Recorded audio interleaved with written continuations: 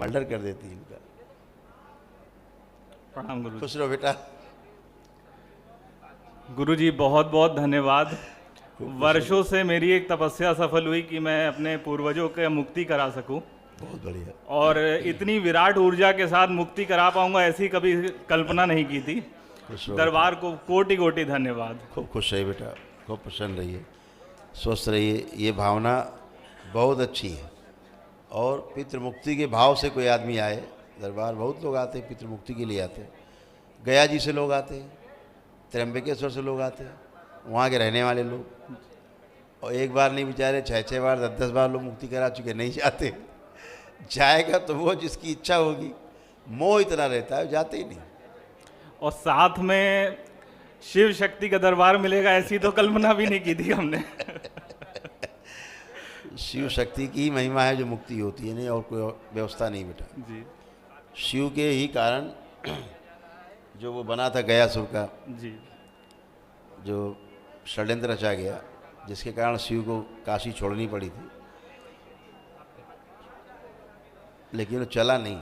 जी जी अपने धार्मिक स्थान है, ज़्यादा बोल नहीं सकते, लेकिन कोई मुक्ति नहीं हो रही। जी जी जी धुंधकारी के लिए एक बार नहीं सैकड़ों बार गया जी में अनुष्ठान किए गए, प्रेत योनि से मुक्ति नहीं हुई।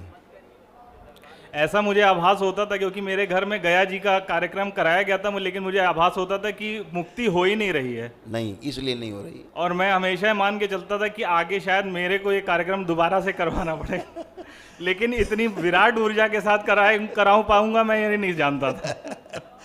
मुक्ति इसलिए नहीं हो रही, आप सोचो जरा, जी जिंदगी भर आदमी पाप करे, दैत्य लोग, राक्षस लोग पाप करे। वो राक्षसों दैत्यों के लिए ही बना था गया जी। गया सुर जो था जी जी वो दैत्य था, जी उसके बहुत अच्छा दैत्य था, मतलब उसके मन में ये आया कि हमारे कुल के लोग जो हैं इतने पाप करते हैं तो नरक में जाते हैं, इनकी मुक्ति होती नहीं, तो ऐसा कुछ किया जाए कि इनकी मुक्ति होने लगे, चाहे कितने पाप करें। अच्छा तो यही वरदान मांग के उसने कहा कि हमको ये वरदान दिया जाए कि जो हमको देखे वो मुक्त हो जाए।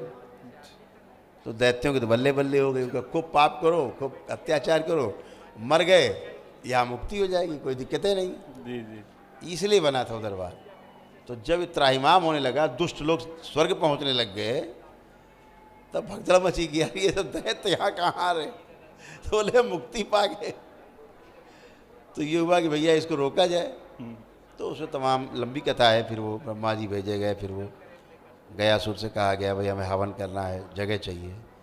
तो कहाँ करेंगे? तो बोले फिर हम आपके शरीर बैठ के ऊपर हवन करेंगे, यज्ञ करेंगे। दिया गया, फिर गयासुर को नीचे स्थापित किया गया, धरती के नीचे ले जाया गया। ऐसे तमाम लंबी कथा है वो, कि कुल मिला करके दुष्टों की जो है मुक्ति ना हो। अब गृहस्थ जीवन में तो खूब तिकड़म है लोगों के, जी जी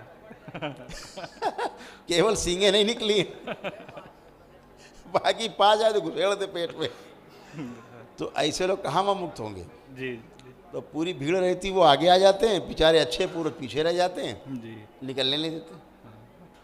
क्या ये निकल गए तो हमें निकलना पड़ेगा, तो आगे अड़े पड़े, पीछे बंधे रहते हैं अच्छे पूर्वज। जी ये सब रहता है। इसीलिए दरबार पहले जब संहार होता है तो पहले दुष्टों से छुड़ाए जाते हैं अच्छे पूर्वज, जी तो उनकी मुक्ति होती है। इसीलिए नहीं हो पाती बेटा। अब वहाँ तो देखो अपने यहाँ हमारे ऋषि मुनियों ने हर वो संभव प्रयास किया है कि मनुष्य जाति को लाभ मिले और सुखपूर्वक रह पाए। अपना जीवन पहाड़ों में, कंदराओं में, जंगलों में बिता दिया, लेकिन इस आशा में बिताया कि बाकी मानव जाति सुखपूर्वक रह पाए। जी लेकिन हमने उनको मानने से इनकार कर दिया, मानते ही नहीं, उनको जानने की कोशिश ही नहीं करते। बकवास है, भ्रमित हो गए हम लोग। भ्रमित हो गए। एक एक अक्षर सोने से लिखा हुआ है, समझो जितने ग्रंथ हैं, और हमने मान लिया कि यार बकवास है सब, नाच गाना अच्छा लग रहा है, अब समस्या आ गई, क्या करें। तो कोई बात नहीं, ऐसे सही, अब सही धीरे धीरे लोग समझ पा रहे हैं कि सत्य क्या है।